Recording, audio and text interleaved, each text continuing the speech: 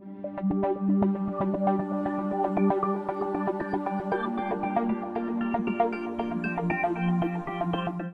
talk about subject-verb agreement. The subject and verb must agree in number and in person. Agreement in number means that a singular subject takes a singular verb, and a plural subject takes a plural verb. Here are two example sentences. Gracie's father loves to eat dinner. Gracie's cousins do not love to eat dinner. In the first example sentence, we have the singular subject father, and accompanying it is a singular verb loves. Then in the second sentence, we have the plural subject cousins and the plural verb love. Now notice that adding an s or an es to a noun makes the noun plural. We're used to that.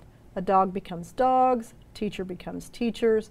We know that to make something plural, we just add an s or an es. But if you add an s or an es to a verb, it makes the verb in the present tense singular. Okay? Here are some examples. Single subjects, dad, teacher, dog, camera. Singular verbs, fishes, takes, plays, sees. And here are some plural examples. Dads, teachers, dogs, cameras. Plural verbs, fish, take, play, see. The singular form of all verbs except to be and to have is formed by adding s or es. The singular form of the verb to be is. The plural form is are. The singular form of have is has. The plural is have. Here are some examples. Mary has a dog. The dog is white. Joe has a new bike, and the bike is really fast. Okay, Mary is singular, the verb is singular, has. The dog is singular, so the verb is singular, is. Joe is singular, so the verb is singular, has. The bike is singular, so we have a singular verb, is. Agreement in person means that a subject and its verb are both in the same person. First, second, and third. First person is I or we. The second person is you. And the third person is he, she, it, and they. So here are a couple of rules to remember. A singular form of the verb is used when the subject is he, she, it, a singular noun, or a singular indefinite pronoun, like anyone or somebody. Here's the second rule. A plural form of the verb is used when the subject is I, you, we, they, or a plural noun. Here are some examples of singular subjects and singular verbs. He writes, she sings, it moves, somebody has, Mary is, the teacher grades, a student listens, an elephant drinks. Okay? And here are some examples of plural subjects and plural verbs.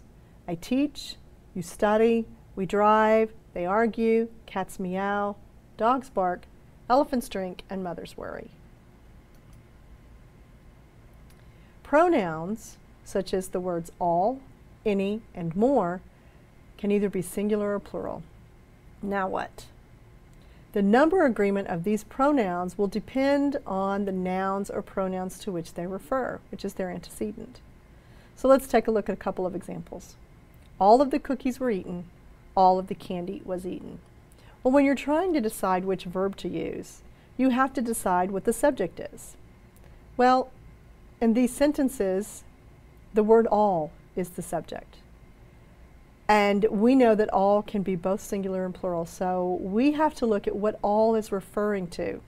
In the first sentence, the word all refers to the cookies. Cookies are plural, so we need to use the plural verb were. In the second sentence, all refers to the candy. The candy is singular, so in this case, we want to use the singular verb was. The same rule that applies to the pronouns all, any, or more will also apply to the pronoun who, which, or that.